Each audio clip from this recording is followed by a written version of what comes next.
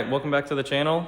For those of you that haven't followed along yet for any of this build, this is my 2008 Silverado that I am currently back halving and caging.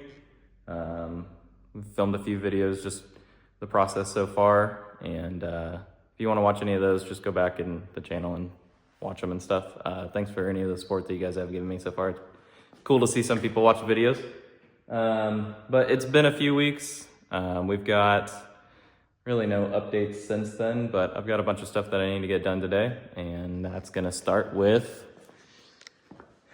right here we are just about fully bumped, and you can see the cab just barely starting to get into the trailing arms, so both sides obviously. So all I'm gonna do is go ahead and cut those. Probably doesn't need to be cut because obviously I'm not gonna actually bump that high. Once you put bump stops in, bump pads and everything, it'll be a little bit lower. But I just wanna make sure that it never hits, there's no chance it's ever gonna hit the cab. So that's gonna be the first thing we're gonna do today. And then I've got a bunch of other random little things to do afterwards, so. All right, well, I dropped this guy down. I'm gonna point out, I'm going to probably use a jigsaw to cut this guy. Probably not the absolute best tool, but honestly,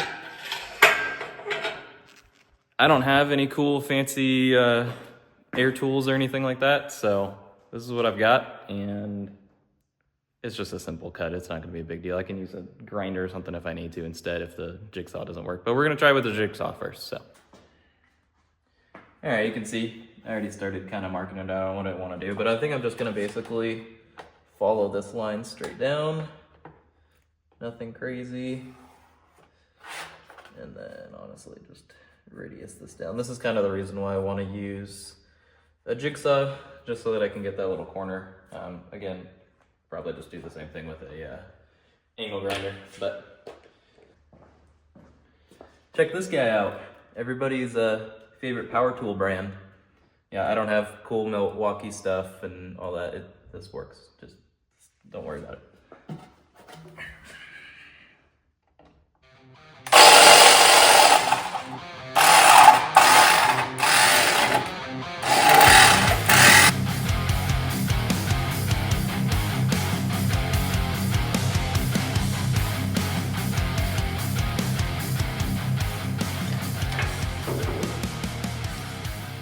And as you can see, we are fully bottomed out on the frame, and there's plenty of clearance now on both sides. No, they're not the prettiest cuts, I don't care. So that'll be plenty, fully bottomed out everywhere. Now I can get to the next step and start working on the next thing. All right, so the next step for me is going to be bedsides, which I know might seem a little bit odd. It's a little bit early for bedsides, but I actually want to mock them up now. Long story short, it's a little bit difficult to find good wide bedsides for these trucks for the 2008 to 2014, 13 GMT 900s. Most of the bedsides are like 3.5, 4 inch. There's a couple that say 5 inch. I had the Hanneman, they said 5 inch, and they measure out to like 3.5 to 4 inches. So they're really not wide enough for a real like fabbed housing, a wider housing. I actually ordered this housing at 76 inches. It's a little bit narrower than some other trucks, I should say. Reason for that is, as I said in the last video, I want to run a tailgate. So I want to run a tailgate, which means I can't kick the bedsides out in the rear to compensate for the width of the rear axle and stuff. So I want to mock up my bedsides now. I got Trailer Products 6 inch, but they only make it in the 6.5 foot bed, and this truck will be shortened, or is now shortened. So it is currently basically a 5.5 foot stubby bed. So I need to go in and cut my bedsides down to fit that, which is gonna narrow them sadly a little bit. And then I need to make sure that the tailgate will still actually function and fit right, because if the tailgate's not gonna work, then I either need to figure something out with bedsides or try and make a custom width tailgate, which isn't gonna be worth it, and I'm just gonna ditch the whole idea anyways. But I really want a tailgate. I think it'll be cool. So long story short, that's gonna be this next step. I'm gonna grab the bedsides, mock them up a little bit, take some measurements, and try and get them fit to the truck. I'm not gonna make them perfect right now. I'm not gonna make them, you know, exactly how they need to be, but I wanna set it up, see how they are, see if it's gonna work. I kind of did it before when they were still long and just with this rear axle, and it seemed like it'll work, but it's within like an inch or two the wrong way, the right or wrong way. So we're gonna try and figure that out right now. And for those of you wondering, yeah, I hate fiberglass as much as the next guy. My skin immediately reacts to it, and it's the itchiest thing in the entire world, but we're gonna push through it for today, I guess. And even if I sound like a bitch. Yeah, I'm putting gloves on because, like I said, I'm a bitch, and I absolutely hate fiberglass in my hands, fingers, and whatnot. I don't know if I can put my hand in these, but it's happening.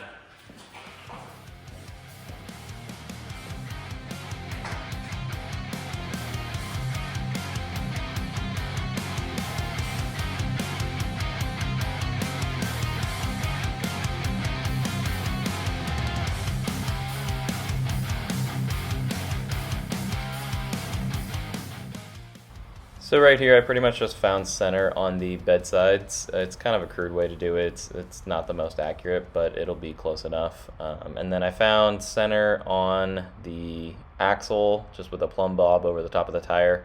Again, not the most accurate, but it gave me something to at least measure off of. There's nothing really easy to measure off of for these. So did that, and then was able to trim them to length and test fit them from there.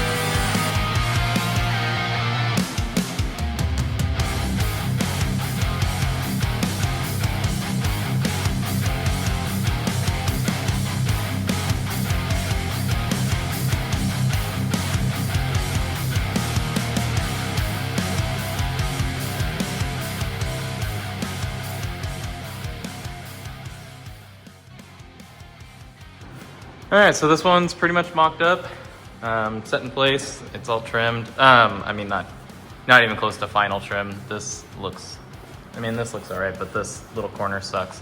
Hopefully I'll be able to take a little bit more out of them and kind of fix that. But now it's time to move on to the second one, to the driver's side one. Basically just, I'm gonna replicate exactly what I did on this side and make this one look like that one, and then I can try and see what the width is between that back section back there, and make sure that it will or will not fit a tailgate. So it's currently like 100 something degrees outside of here in Arizona, so the AC's on and I'm turning the music back on and you guys are going on time lapse. So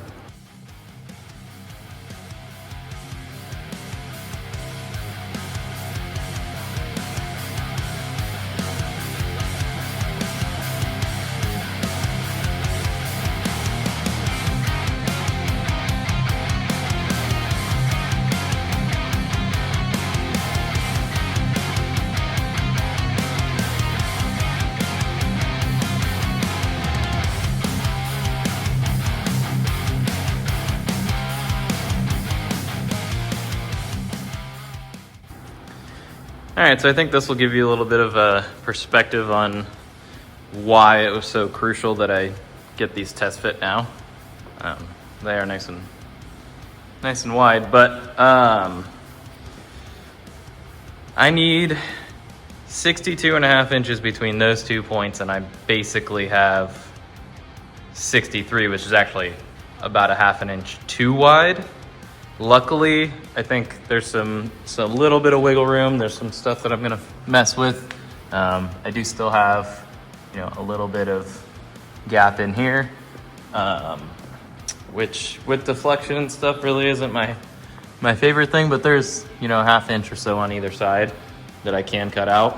And I think that's going to have to happen to run the tailgate, but it is within an amount that I'm all right with. It's a little closer than I want it to be honest with you, but it's gonna work. I almost considered doing like a 74-inch wide housing, wheel mount surface to wheel mount surface, obviously. I considered it, probably should have. Worst case, I'd have to run like a half-inch spacer on either side, which even then you wouldn't notice it, and the inch on either side narrower for the actual truck, you'd probably never notice driving it. So, is what it is. This is the housing I've got, and I'm gonna make it work, but it's definitely tight. These fenders are not even close to trimmed up perfectly. They've got a lot of final touches to do, but I think they're good enough for me to throw back in storage, clean them out first, throw them back in storage, and at least I know that they're close. I'm gonna see if there's an easy way to mock up the tailgate itself and set it back here just to get a cool shot of it, see what it's gonna look like. But other than that, I think we're good. It's gonna be tight, but I think I can make it happen. So, sweet.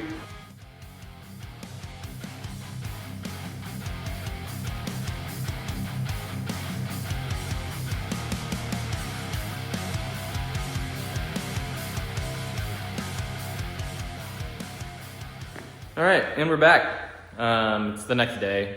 Obviously, fender's not on there anymore. That's because it fell off while I was eating dinner last night, which was super cool. Either way, that's done. Bedsides are mocked up. It should work. It's gonna be a little bit of a pain in the ass, but I'll make it work. But on to the next thing, which obviously I didn't get a great chance to film any of this, but I finally got my bender. It's a Swag Off-Road, their own, I think they call it like the Rev 2 bender.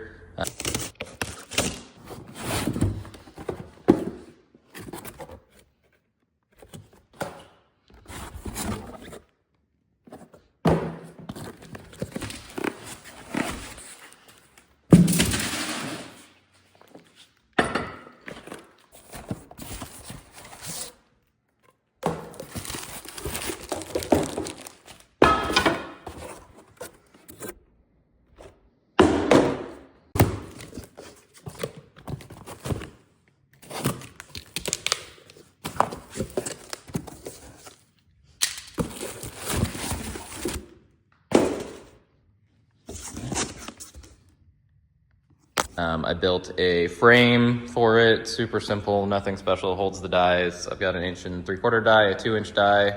That's pretty much it. That's all I'll need for the most part. I might get an 1.5 inch at some point, but I don't think I'll need it. But that, and then I've got about 100 feet of 2-inch 120 wall tubing ready to go. Did actually just bend up a couple, one's a 45, one's a 30-degree bend, just to try and test stuff out, just to see. I've honestly don't have a ton of experience bending tubing. I've bent a few pieces of tubing in the past for like my engine crossover tube and stuff on the front of my truck. It didn't turn out perfect, it works, whatever. So, but I'm caging this myself. So I've got friends and buddies that said they'll be glad to help, but I'm really hoping I can get as much of it done myself as I can, just a little bit of pride in it. But yeah, that's the next step. So next thing to do is I gotta pull everything out of the cab, strip the whole cab completely, basically nothing. The dash is cracked just like every other GMT 900 from this period, especially any that's ever been in the desert, everything's cracked. So it'll get a new dash in the end. I'm keeping the dash. Either way, that's next. Got to start stripping the cab out, and I'm just gonna put you guys on time lapse and let you watch and see me fight with, maybe I'll just throw seats out of the cab or something like that. We'll see. All right, back to it.